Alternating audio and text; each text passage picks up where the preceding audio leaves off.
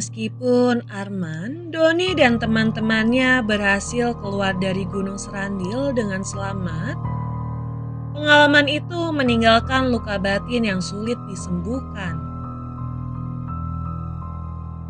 Mereka semua memutuskan untuk tidak pernah membicarakan kejadian tersebut lagi.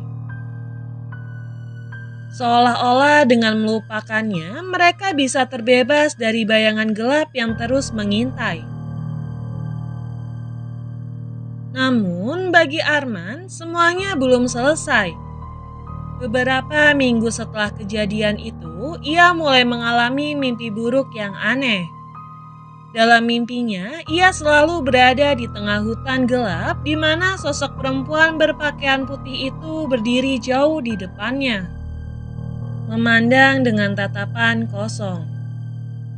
Di malam-malam tertentu, Arman mendengar suara tawa pelan di telinganya, seperti saat ia berada di dekat pohon besar di Gunung Serandil. Ia mencoba meyakinkan dirinya bahwa semua itu hanya trauma akibat kejadian yang ia alami. Tetapi semakin ia berusaha melupakan, semakin sering hal-hal aneh terjadi. Suatu malam, ketika Arman baru saja pulang kerja, ia menemukan seorang pria tua yang duduk di depan rumahnya. Pria itu mengenakan pakaian tradisional Jawa dan membawa tongkat kayu. Wajahnya terlihat letih, tetapi ada sesuatu dalam tatapannya yang membuat Arman merasa tidak nyaman. "Siapa, Pak? Ada yang bisa saya bantu?" tanya Arman dengan sopan. Pria itu hanya tersenyum tipis. "Kamu masih membawa jejak dari tempat itu," katanya dengan suara berat. Arman terkejut. Ia tidak pernah menceritakan kejadian di Gunung Serandil kepada siapapun selain teman-temannya. "Maksud Bapak apa?"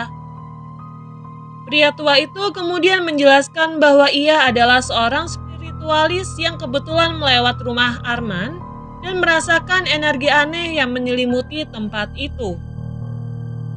Ia mengatakan bahwa roh perempuan dari Gunung Serandil masih terhubung dengan Arman, karena ada sesuatu yang belum selesai. Dia tidak akan pernah berhenti sampai dia mendapatkan apa yang dia inginkan, kata pria tua itu dengan serius.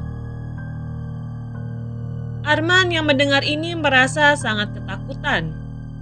Ia mencoba bertanya apa yang harus ia lakukan. Tetapi pria tua itu hanya memberinya sebuah peringatan.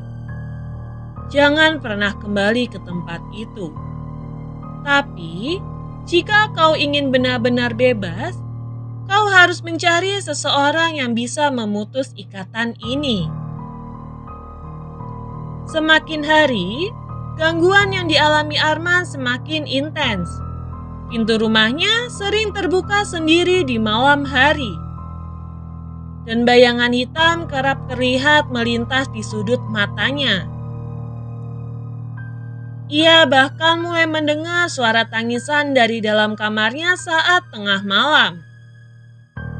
Pada suatu malam, gangguan itu mencapai puncaknya. Ketika Arman sedang tidur, ia merasa tubuhnya tidak bisa bergerak, seperti ditindih oleh sesuatu. Matanya terbuka, tetapi ia tidak bisa berteriak. Di sudut kamarnya, ia melihat sosok perempuan berpakaian putih itu berdiri diam sambil menatapnya dengan senyuman yang mengerikan. Sosok itu perlahan mendekat, dan Arman merasakan napas dingin di lehernya. Dalam kepanikan, ia mencoba membaca doa apapun yang ia ingat. Dan tiba-tiba sosok itu menghilang, meninggalkan aroma bunga melati yang sangat kuat. Keesokan paginya, Arman memutuskan untuk mencari bantuan. Ia pergi ke seorang dukun yang lebih dikenal dan dihormati di desa tetangga. berharap bahwa orang ini bisa membantunya mengakhiri mimpi buruknya.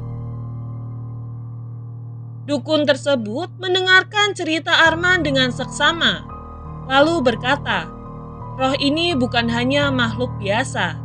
Dia adalah bagian dari sesuatu yang lebih besar di Gunung Serandil. Kau telah mengusik tempatnya, dan dia merasa berhak mengambil bagian darimu." Dukun itu mempersiapkan sebuah ritual yang dilakukan di rumah Arman. Sesajen berupa kemenyan, bunga 7 rupa, dan air suci disiapkan. Ia juga meminta Arman untuk membawa benda apapun yang ia gunakan saat mendaki Gunung Serandil. Karena benda-benda tersebut mungkin masih membawa energi dari tempat tersebut. Saat ritual berlangsung, suara-suara aneh mulai terdengar dari dalam rumah, seperti suara langkah kaki dan bisikan. Aroma bunga melati kembali memenuhi ruangan, dan tiba-tiba lampu di rumah Arman padam. Dukun itu membaca mantra dengan keras, mencoba mengusir roh perempuan tersebut. Tetapi sesaat kemudian sosok perempuan itu muncul di depan mereka berdiri dengan mata penuh amarah. Ia menunjuk langsung ke arah Arman, seolah-olah ingin mengatakan bahwa ia tidak akan pergi tanpa membawa sesuatu bersamanya. Dukun itu kemudian membakar kemenyan dan menyiramkan air suci ke arah roh tersebut. Perlahan, sosok itu memudar. Tetapi sebelum menghilang, ia berkata dengan suara yang menggema, "Kalian mungkin berhasil sekarang, tapi aku akan kembali. Aku selalu kembali." Setelah ritual tersebut, gangguan di rumah Arman berhenti. Namun, ia tidak pernah merasa benar-benar bebas. Ia tahu bahwa roh tersebut dan mungkin kekuatan yang lebih besar di Gunung Serandil masih ada di sana, menunggu waktu untuk kembali. Arman memutuskan untuk meninggalkan Cilacap dan pindah ke kota lain, berharap bisa memulai hidup baru. Namun, setiap kali ia mencium aroma bunga melati, hatinya selalu berdebar, mengingatkan bahwa ada sesuatu yang masih mengawasinya dari kejauhan. Gunung Serandil tetap menjadi tempat misteri dan kegelapan, di mana batas antara dunia manusia dan dunia gaib begitu tipis.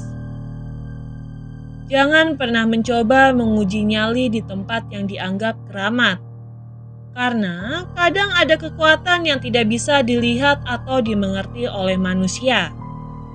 Dan mereka tidak selalu ramah pada tamu yang tidak diundang.